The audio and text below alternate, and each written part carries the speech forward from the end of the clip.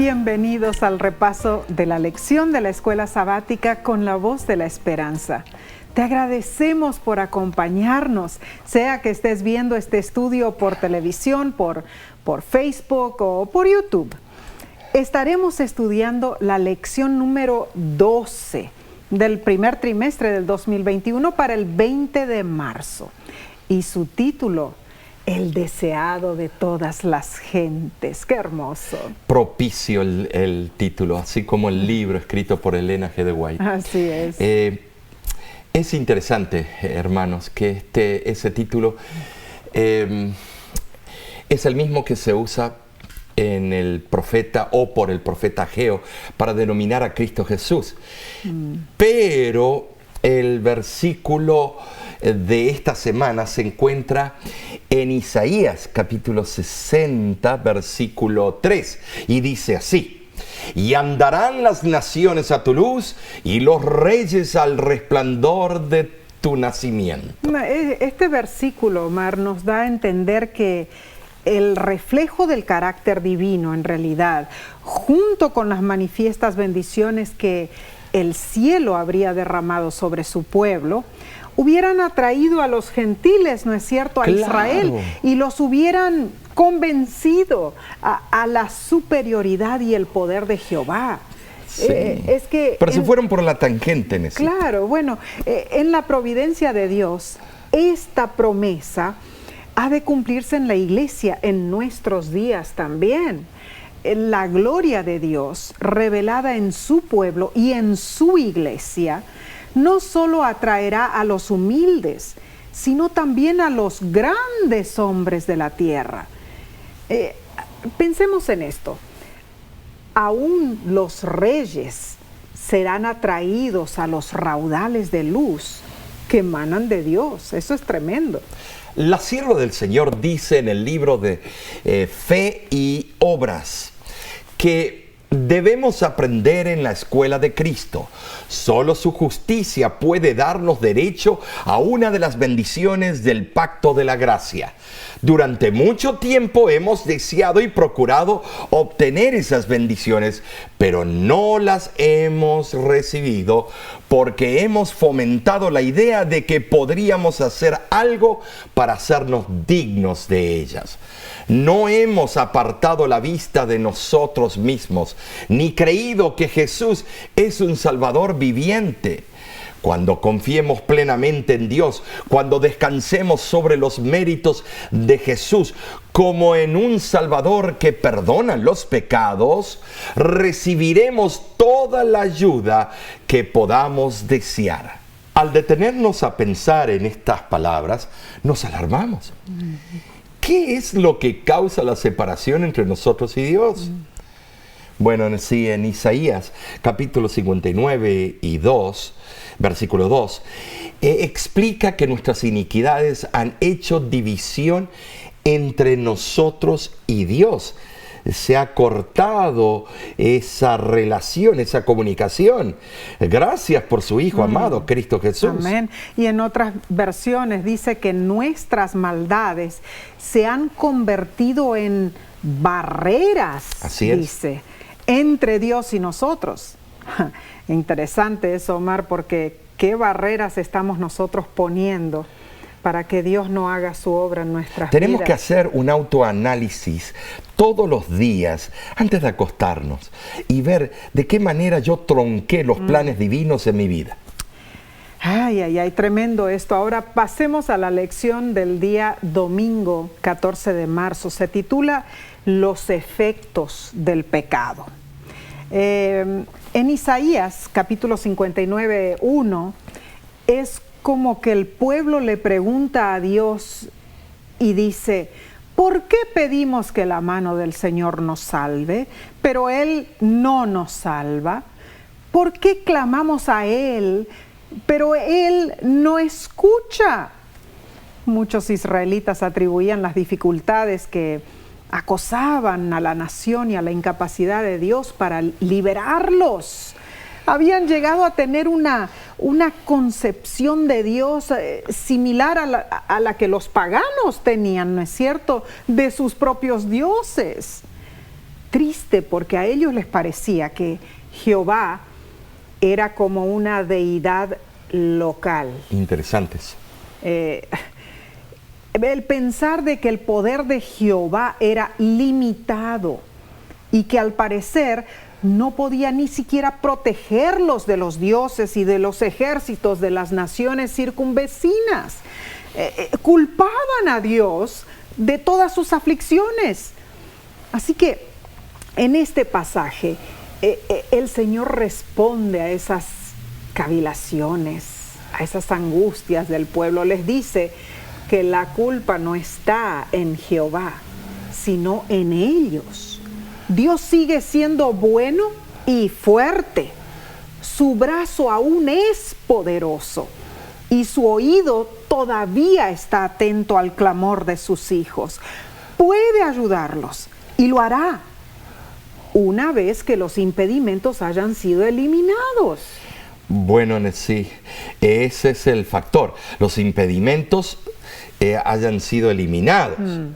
Ahora, los temas gemelos de esta lección son dos, por supuesto. El primero, las consecuencias del pecado. Y el número dos, la respuesta de Dios. Ajá. Isaías contrasta la desesperanza en la que nos encontramos y la gloriosa salvación que Dios ofrece. Señala que no es porque Dios no quiera ayudar, sino que debido a nuestra libertad de elección, Dios no interviene a menos que lo deseemos. Claro, claro. Ahora, la imagen poética no es la de una deidad ofendida que hace pucheros por nuestra falta de respeto, que está de mal humor y se niega a escuchar lo que decimos, sino más bien de un padre amoroso que no puede actuar porque nosotros le hemos dado la espalda. La separación es el resultado de nuestra elección. Ahora, Nessie, mediante nuestras acciones nos hemos separado del único ser del universo que realmente puede ayudarnos. La separación solo puede terminarse mediante nuestra elección de regresar a Él y aceptar su oferta de salvación. Debemos hacer un cambio de dirección. Estamos yendo para el lugar equivocado. Ay, eso es cierto y terriblemente triste. El pecado levanta una barrera entre nosotros y Dios. Y si el cielo parece estar muy distante de la tierra, es porque el pecado ha colocado un velo de separación entre nosotros y nuestro Salvador. Es cierto, aunque los judíos hacían una gran profesión de religiosidad, sus palabras y obras eran de continuo impías. Y esto también lo podemos ver en la experiencia de Adán y Eva. Adán, que siempre había dado la bienvenida a la presencia divina, se ocultó cuando pecó. Pero él no podía esconderse de Dios, lógicamente. ¿Quién se va a esconder de él? Adán procuró ocultar el pecado detrás de sus consecuencias, su desobediencia, detrás de su sentimiento de vergüenza, haciéndole creer a Dios que se había ocultado por la turbación provocada por su desnudez. Su miedo de los efectos del pecado era más agudo que el pecado mismo. ¿Y acaso no ocurre lo mismo hoy, Omar? Constantemente. Los seres humanos se sienten mal y detestan los resultados y las consecuencias horribles del pecado más que el pecado mismo. Es impresionante porque las grandes mentiras de los políticos, de artistas, de cualquier persona, es para evitar el resultado. pero no piensan que el proceso los llevó a ese lugar. Ay, ay, ay. Es impresionante. La lección habla de la horrible separación causada por el pecado. Cierto. Es esencial tener en cuenta que somos nosotros quienes hemos levantado la barrera, no Dios. Claro, Dios es amor. Amén. Esto es muy importante, porque algunos han enseñado que el problema está del lado de Dios. Equivocados están. La Biblia deja muy claro que el inconveniente está en nosotros, no en Dios o en algún concepto mal entendido sobre Dios. Hay una cita que lo expresa de una manera cautivante. Se encuentra en el libro En los lugares celestiales y dice así: es admirable que el hombre, después de que hubo violado la ley de Dios y se hubo separado de Dios, estuvo divorciado, por así decirlo, de Dios. Que después de todo esto hubiera un plan por el cual el hombre no pereciera, sino que tuviera vida eterna. Sí, es impresionante. Y te voy a decir por qué. Porque la señora del Señor usa la palabra divorciado de Dios. Qué triste. Eso suena horrible. La palabra de por sí, divorciado, no está en el léxico divino, pero aquí es usado por la autora. Es como una bajeza. Y es como que nosotros tuvimos la iniciativa de divorciarnos de Dios. Así es, así es. Es terrible. ¿Por qué pasa eso? Porque quitamos nuestros ojos de Él, no hacemos su voluntad, no leemos la carta que Él nos mandó todos los días de nuestra vida, no aprovechamos el espíritu de profecía y además, leemos como si fuésemos autómatas. Y no aplicamos esos consejos prácticos. Es muy cierto. En realidad, cuando pensamos en los efectos del pecado, es lo que leímos anteriormente, que la lección explica que el miedo, el terror que tenemos de esos efectos, ¿no es cierto? Lógicamente, las consecuencias. Es como cuando estábamos niños, ¿no es cierto? Claro, mi mamá me venía y me decía, cuidadito, Nesí, no te portes mal, porque si te portas mal va a haber castigo. Y yo no era porque estaba pendiente de las cosas que yo estaba haciendo mal, sino que más bien yo estaba pendiente del castigo que me iba a dar mi mamá si yo me portaba mal. Y entonces eso es salvación por obras y siempre vamos a fallar. ¿Por qué? Porque vemos el producto final y no vemos que si contemplamos a Cristo durante todo el proceso, el producto final ni nos debe preocupar. Claro que no, claro. Que no. Es también interesante, yo recuerdo cuando Derek y Nadine estaban pequeñitos, ¿no? Y siempre llegaban esos momentos en que uno ya perdía la paciencia y yo le decía, me acuerdo, ya llegaron al tope de mi paciencia y van a pagar. Y los dos me miraban con esos ojos grandes, ¿no? Como diciendo, ¿cuál va a ser el castigo? Exactamente. Esa es la manera que todos los seres humanos pensamos, ¿no? Pero insuperable amor de Dios, ¿no es cierto? Así es. En realidad, cuando pensamos en las maravillosas maneras en que Dios nos ama y nos damos por aludido en que simplemente lo que tenemos que hacer es aceptar ese amor en nuestro corazón, hacer la voluntad de Dios. Aunque nosotros nos hemos separado de Dios, con paciencia Él nos espera que regresemos. Así es. Y qué hermoso. Sabiendo esto, entonces, ¿cuántas veces nos olvidamos de cuán lejos el pecado nos aleja de Dios? Por eso es tan importante volver a nuestro Padre Celestial y apartarnos del mal. Vamos a ver en esta semana principios impresionantes. Claro que sí. Cosas impresionantes, porque el libro de Isaías es tal vez para mí uno de los libros más, yo lo llamo, que cubren toda la esfera de la vida de un cristiano. Muy cierto. Porque tiene cristología, tiene el aspecto mesiánico, tiene el aspecto de la relación del ser humano con la ley de Dios. Cierto. Es maravilloso. Y el libro de Isaías, su propósito principal era decirle al pueblo, vuelvan al redil, pero vuelvan en serio, con sinceridad, no con Amén. hipocresía. Claro. Y lo mismo está diciendo para estos tiempos. Claro que sí. Volved. Tiene que haber una reforma personal, tiene que haber un cambio de dirección.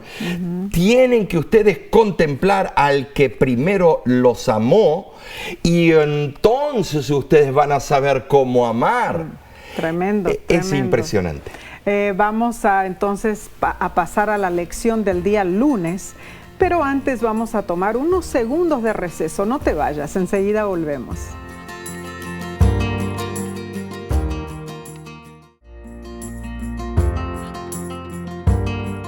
Te agradecemos por acompañarnos en este hermoso estudio de la lección de escuela sabática. La parte del lunes, para el 15 de marzo, se titula ¿Quién es perdonado? Y Isaías capítulo 59 presenta una situación espantosa del problema de la pecaminosidad. Sí. Y no tenemos excusa, pues todos hemos pecado. Todo ese capítulo, Omar, el capítulo 59, trata de la preocupación de Dios por la injusticia y la explotación y cómo llegará al final para traer una resolución completa. Gracias que el Señor en su santa palabra también presenta la esperanza de la redención, ¿no es cierto? La seguridad del perdón divino. Alabado sea el Señor. Ese perdón es lo que nos alivia del estrés Amén. cotidiano, nos alivia de la angustia y de la depresión. Ahora sí, la sierva del Señor escribió lo siguiente en el Ministerio de Curación y quisiera leérselos. Nadie tiene por qué entregarse al desaliento ni a la desesperación. Puede Satanás presentarse a ti insinuándote despiadadamente. Tu caso es desesperado, no tienes redención. Hay, sin embargo, esperanza en Cristo para ti. Aunque todos hemos pecado, tenemos la seguridad del perdón y la salvación. Si con sinceridad empezamos a buscar a Dios, por supuesto. Claro. Y ese es el problema, que a veces no vamos con sinceridad en sí. Vamos con falsedad, con una agenda chueca. Y tenemos que ir directamente a la fuente, Cristo Jesús. Así es. Esto me hace recordar, Omar, la biografía de la reina Victoria de Inglaterra. Cuenta allí que ella acostumbraba de vez en cuando visitar los barrios pobres de Londres. Y una vez ella entró en un hogar para tomar té con una ancianita. Y cuando la reina se levantó para ir, se preguntó: ¿hay algo que yo pueda hacer por usted, señora? Y el rostro de la anciana se iluminó y dijo: sí, podemos encontrarnos en el cielo. Y la reina dice que se volvió y le respondió con suavidad: claro que sí, señora, allí estaré, pero solo por la sangre de Jesús que fue derramada por usted y por mí. Interesante, ¿no es cierto? Porque la reina Victoria, la mujer más poderosa de la tierra en su día, tenía que depender de la sangre de Cristo para su salvación. Así también nosotros, ¿no es cierto, Omar? Así es, Nessie. Ahora, Pablo, en el libro de Romanos, capítulo 3, versículos del 21 al 24, es muy interesante porque nos muestra cómo somos salvos.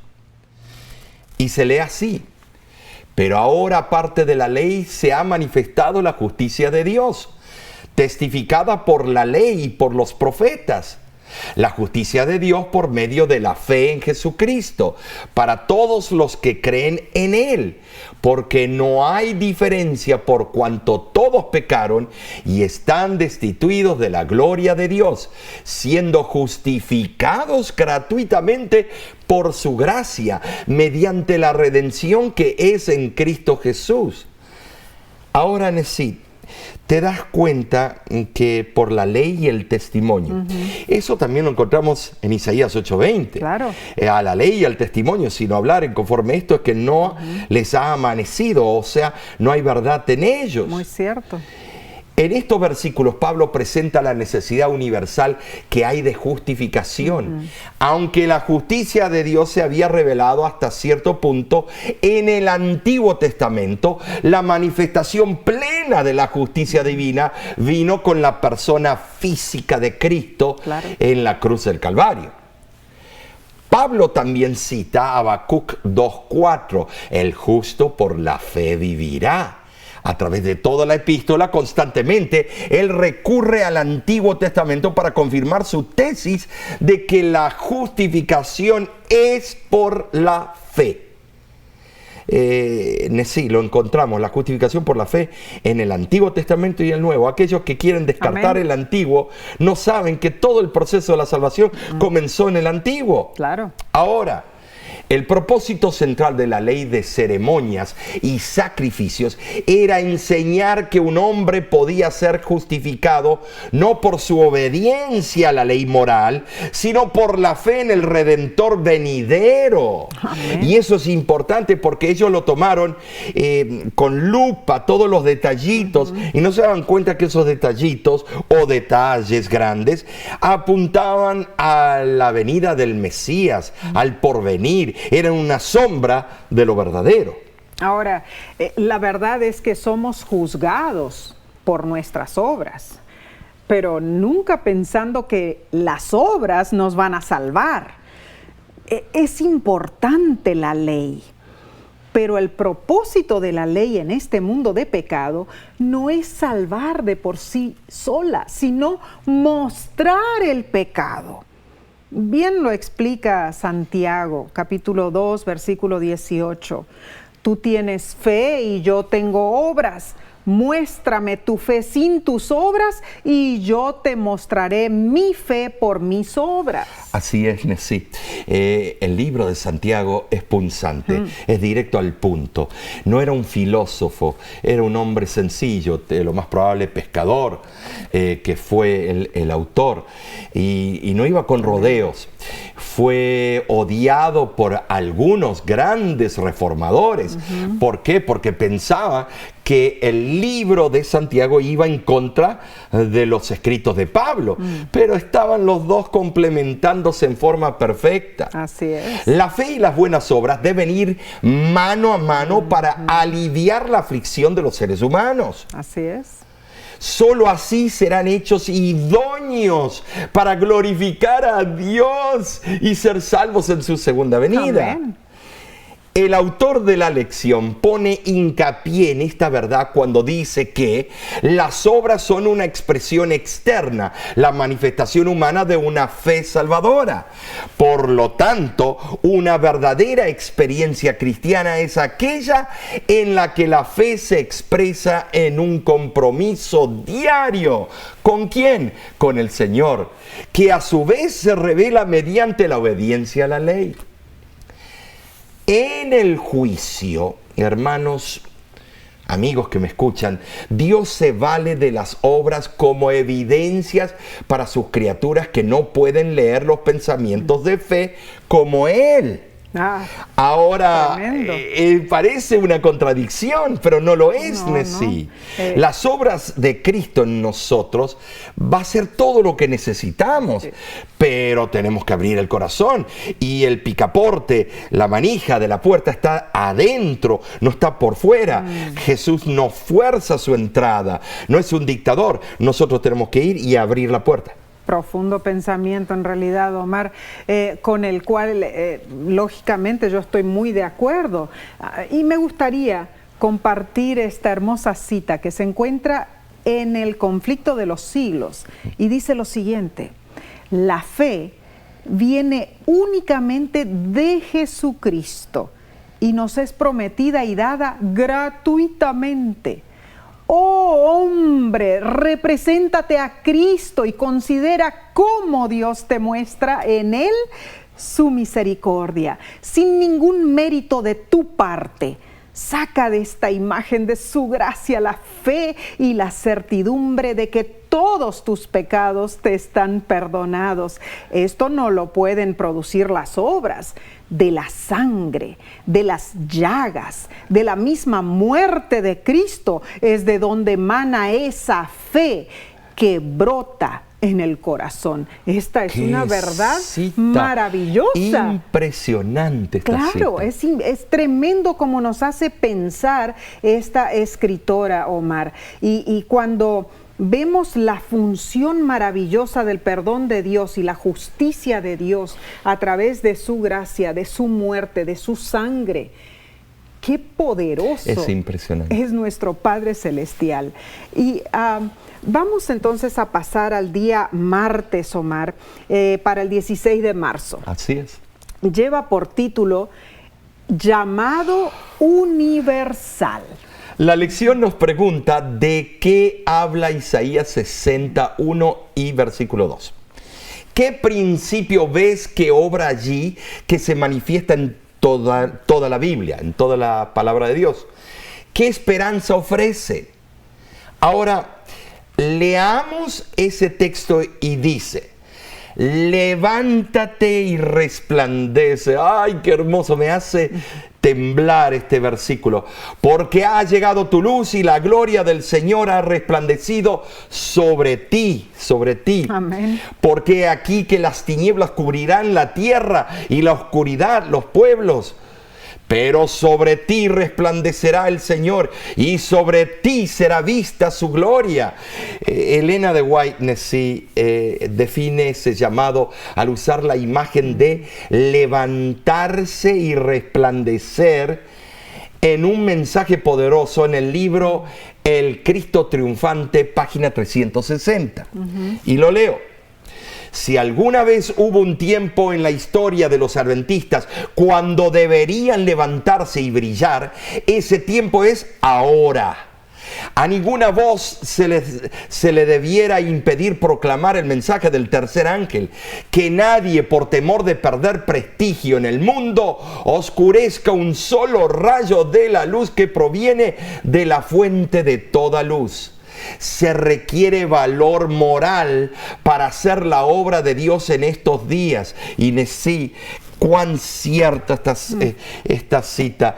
Encontramos que el valor moral no existe en los altos rangos políticos del mundo y a veces en los rangos menores de los hogares, del trabajo.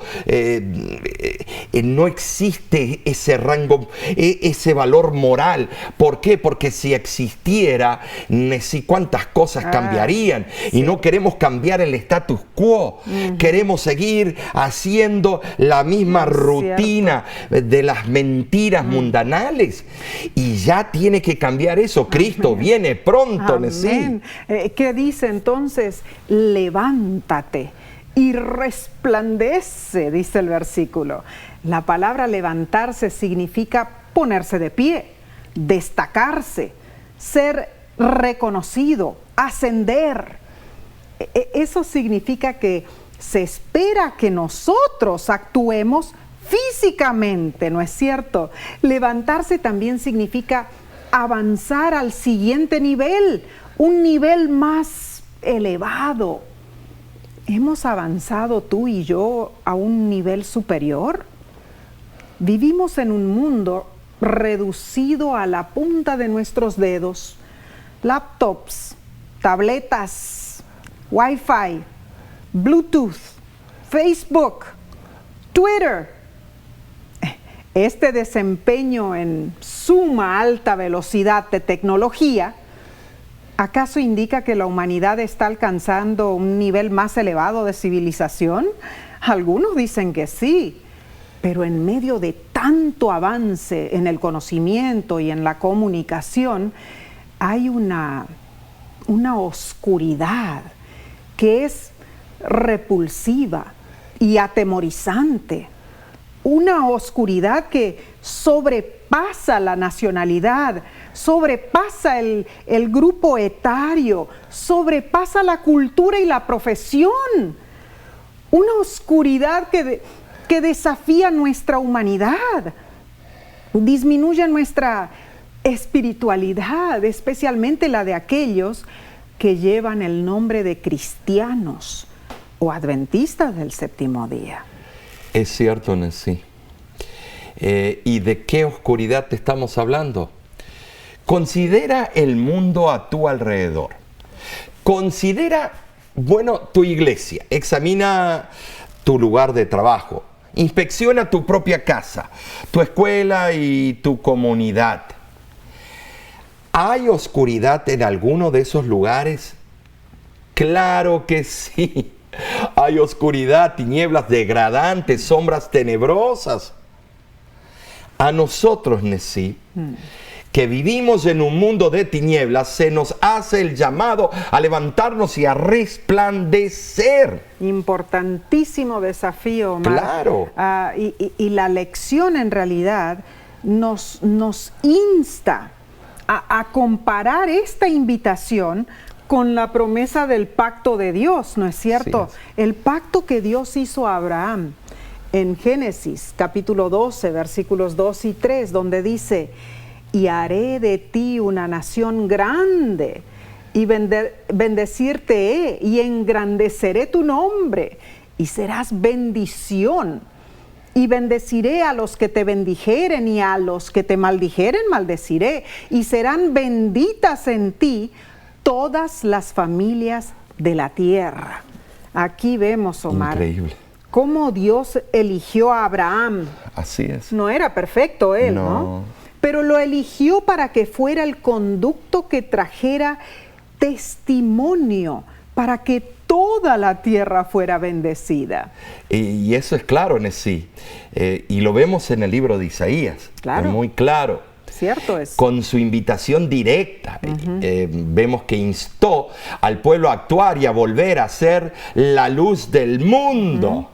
Entonces la pregunta que nos hace el autor es: ¿cómo entiendes el papel de la Iglesia Adventista del Séptimo Día, o más específicamente tu papel individual en la Iglesia?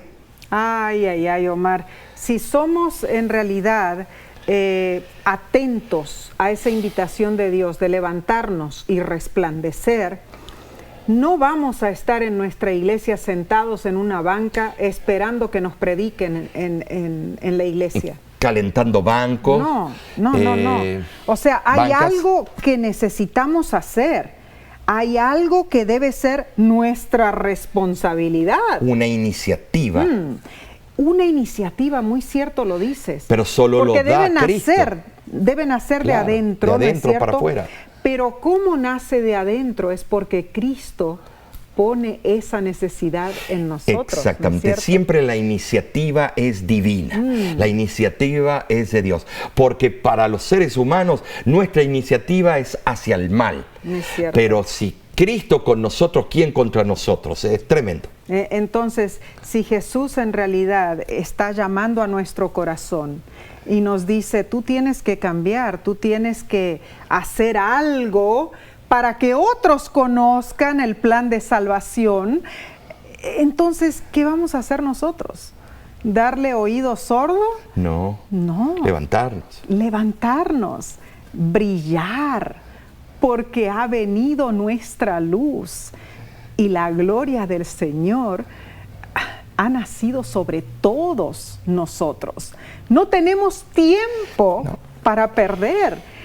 Hablemos de la esperanza gloriosa, de la abundante justicia de Cristo, disponible para cada alma. Es que, Omar, tenemos a Dios a nuestro lado, está a nuestro lado. Todo el cielo espera y anhela nuestra colaboración. ¿Y por qué temer, no es cierto? No. El Señor es todopoderoso. ¿Por qué temblar de miedo? No. Si en el pasado Dios ha librado a su pueblo, Él será nuestro ayudador. Si nosotros nos levantamos en su fortaleza y avanzamos con decisión, Omar. Eso es importante. Decisivos.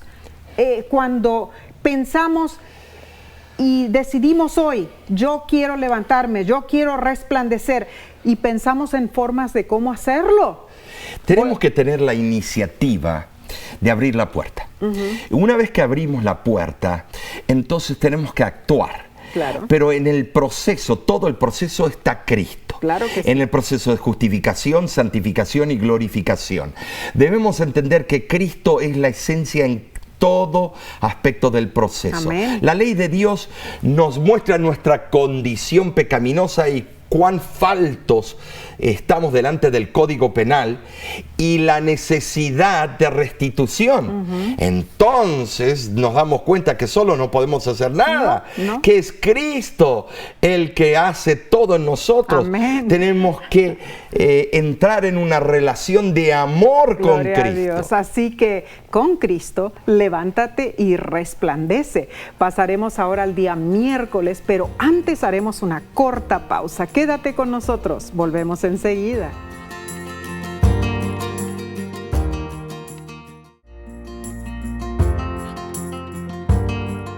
Muchas gracias por acompañarnos en este bello estudio de la lección de escuela sabática. La parte para el miércoles 17 de marzo se titula El año de la buena voluntad de Jehová. Y vemos que Isaías 61, versículo 1, menciona que el Espíritu de Jehová ha ungido al elegido. Jesús, al anunciar su misión en la tierra, citó estas palabras de Isaías 61. Y leemos en Lucas capítulo 4, versículo 18. El Espíritu del Señor es sobre mí, por cuanto me ha ungido para dar buenas nuevas a los pobres. Me ha enviado para sanar a los quebrantados de corazón, para pregonar a los cautivos libertad y a los ciegos vista, para poner en libertad a los quebrantados. Siendo una cita del Antiguo Testamento, elegida por Cristo mismo para anunciar su ministerio, debemos prestar mucha atención a lo que dice. En primer lugar, son buenas noticias. A veces Dios es visto como una mala noticia, pues viene a juzgar. Pero los conceptos que se destacan en este versículo es muy interesante, porque son curación y libertad. Exactamente lo que se esperaría de un Dios amoroso, cariñoso y digno de confianza, quien valora la libertad por encima de todo. Ahora, Nesí, las consecuencias son consuelo, alegría y alabanzas. Es interesante que Isaías 61:10, así lo dice, corrobora la felicidad consecuente. Dice así: en gran manera me gozaré en el Señor, mi alma se alegrará en mi Dios, porque Él me ha vestido con vestiduras de salvación y me ha cubierto con manto de justicia. Es increíble la obra purificadora y redentora de Cristo Jesús. En realidad, Omar, esas hermosas palabras son de ese versículo que acabaste de leer. Nos dan aliento, nos dan seguridad, ¿no es cierto? Y nuestro Padre Celestial no busca la conformidad exterior, o sea, lo que está afuera. Él desea un corazón sano. Una y otra vez Dios enfatiza este punto. ¿Cómo anunció Jesús su ministerio? Citando de Isaías 61:1, el Espíritu del Señor está sobre mí, me ha enviado a sanar a los quebrantados de corazón. ¡Qué promesa maravillosa! Es en verdad una clara demostración de lo que Él quería hacer por las personas oprimidas, por los enfermos, por los que estaban espiritualmente lastimados. ¿Y sabes qué? es una promesa también para nosotros hoy día. Jesús no simplemente quiere limpiar nuestra cuenta bancaria del sobregiro causado por el pecado horrible. Más bien, Él quiere liberarnos de la enfermedad del pecado. ¡Gloria a Dios! Esa es la verdadera salvación, porque al final seremos sanados por completo y la enfermedad del pecado desaparecerá. ¡Gloria a Dios! Dios siempre ha sido así, Nesí, siempre. Amén. Por eso dice el versículo que Dios es lo mismo ayer, hoy y por los siglos. Alabado sea Él. Cuando el rey David clamó a Dios en el Salmo 41:4, por favor, sáname. Dios hizo exactamente eso, porque Él es el Señor que te sana, Nesí. Debemos confiar en el médico por excelencia. Sí. Él promete en Oseas, capítulo 14, versículo 4, yo sanaré tu infidelidad. Y Él añade en Salmo 147, versículo 3, que Él sana a los quebrantados de corazón y venda a los heridos.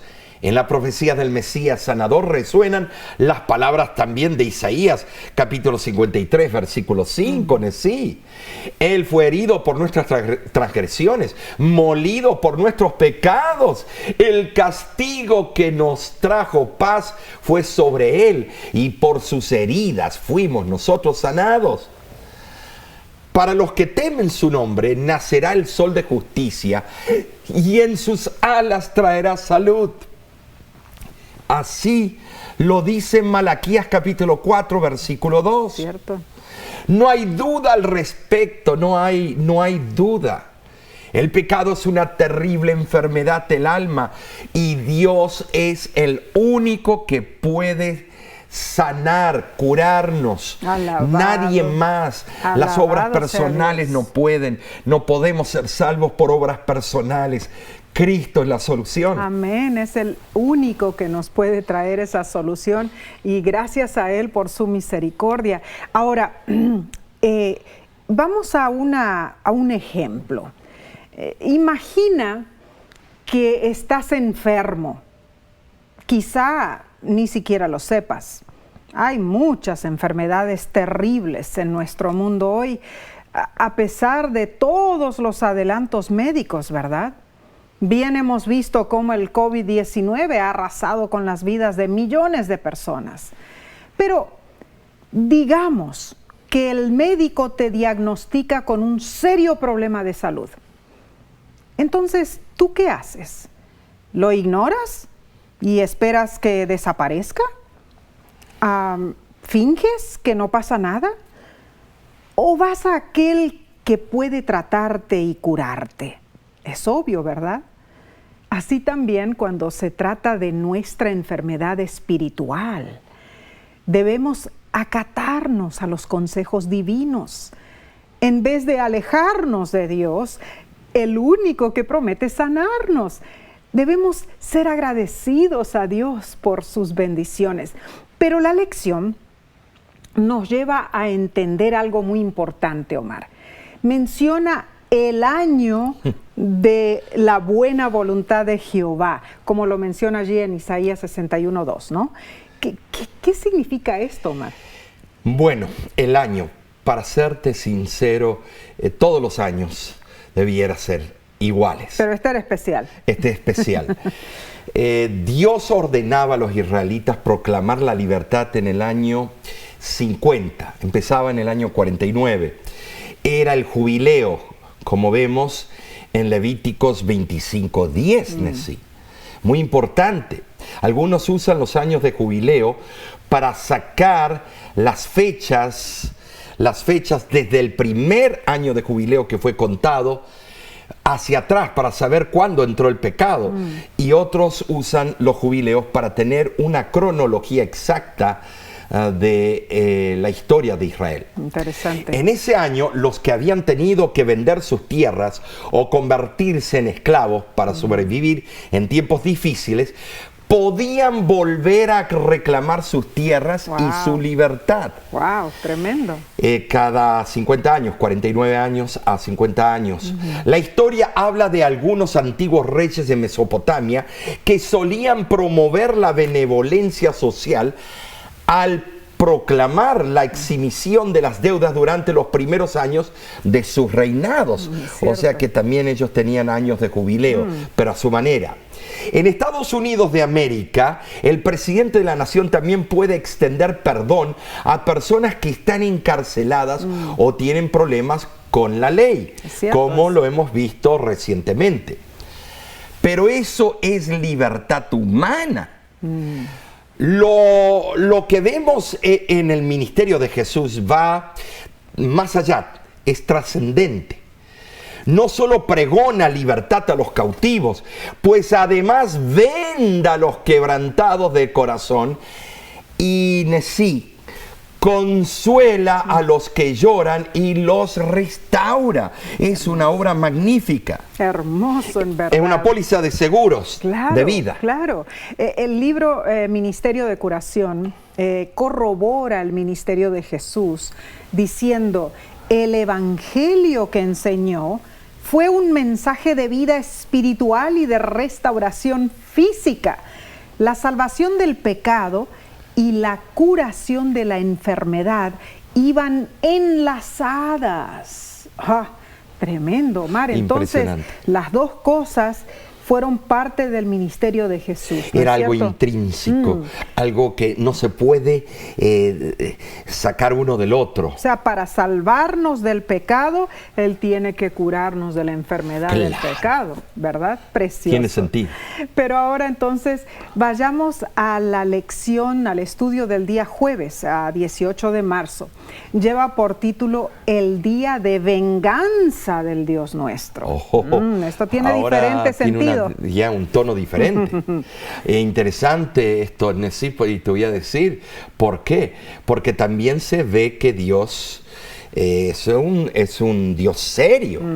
No podemos tomarle el pelo. El año de la buena voluntad de Jehová, que se indica en Isaías 61:2, es seguido por el día de su venganza. ¿Por qué no aprovechamos ahora los días que tenemos de gracia, de jubileo, y lo aceptamos a Cristo como Salvador personal? ¿Por qué no tenemos una relación estrecha con Cristo? ¿Por qué esperamos al día de la venganza? Ahora notemos que cuando Jesús citó a Isaías, Él no mencionó ese día de la venganza. En realidad vemos en Mateo 24 que Jesús predijo que los juicios divinos vendrían aún en el futuro. Entonces comprobamos que el día de la venganza de Dios es el día grande y espantoso de Jehová. ¿Dónde lo encontramos eso? En el libro de Joel, capítulo 2, versículo 31. Y por supuesto, Malaquías 4:5. Ese día grande y espantoso de venganza se cumplirá cuando Cristo venga nuevamente para liberar al planeta Tierra de la iniquidad. Interesante, Omar, porque la lección hace la siguiente pregunta: ¿cómo concilias la noción de un Dios de amor con un Dios que también promete venganza? ¿Son incompatibles estas ideas? Omar, en Mateo 5:39 dice que pongamos la otra mejilla, ¿no es cierto? Y Pablo dice en 1 Tesalonicenses 5:15 que ninguno pague a otro por mal, ¿no? Pero en otros versículos vemos que la justicia y el castigo van a ser certeros. Segunda de Tesalonicenses 1:8 dice que cuando Cristo Jesús venga en las nubes de los cielos, como una llama ardiente, traerá juicio sobre los que no conocen a Dios. Ahora, Nesí, tenemos que entender algo, que las palabras cúlticas del hebreo, ¿a quién estaba hablando Isaías? Él tenía que usar las palabras que ellos entendían. Por ejemplo, en el léxico de Dios no hay venganza en sí, sino es causa y efecto. Claro. Es la causa, el efecto y el resultado. Si viene un castigo es el resultado de nuestras propias elecciones. Cierto. Pero él tuvo que usar ese lenguaje cúltico para que las personas tomen en serio el mensaje, que no solamente es el Dios de salvación, pero que el Dios que ama, Él castiga a los que ama también, porque los que aman son rebeldes y no quieren saber nada de Él. Claro. Pero hay una gran diferencia en sí. Dios infinito en sabiduría, misericordia y justicia. Amén.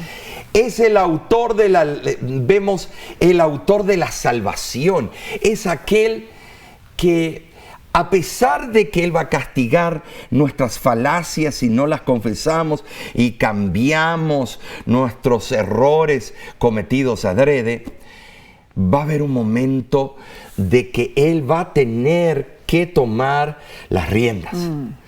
Ahora, Tremendo. el autor de la lección también menciona que Él solo puede administrar justicia y venganza de una manera completamente justa. Amén. Gracias a Dios por eso. La justicia humana y la venganza humana contienen todas las fallas, debilidades e inconsistencias de la humanidad. Eso lo podemos ver en las películas de Hollywood. Así es. La venganza es puro matanza, matanza y sangrerío No solo por doquier. en las películas, también en la vida real. En la vida real. La justicia de Dios, por supuesto, no tendrá ninguna de esas limitaciones. Amén.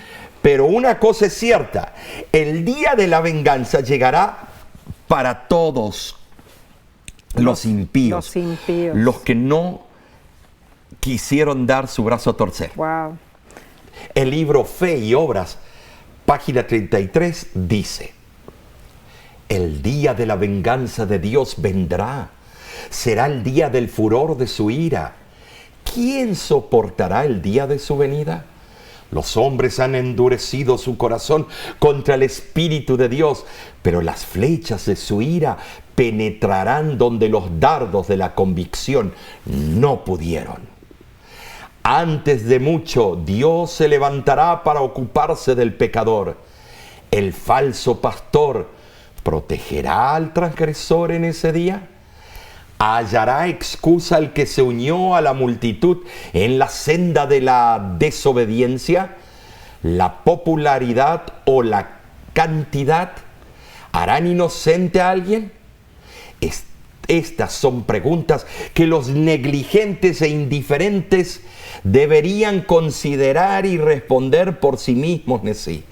Esto es algo increíble. ¿Por qué? Porque estas preguntas son los que tenemos que hacer. Fíjate que usa la palabra dardos de la convicción. Wow, que han negado los dardos de la convicción. Y ese día vendrá.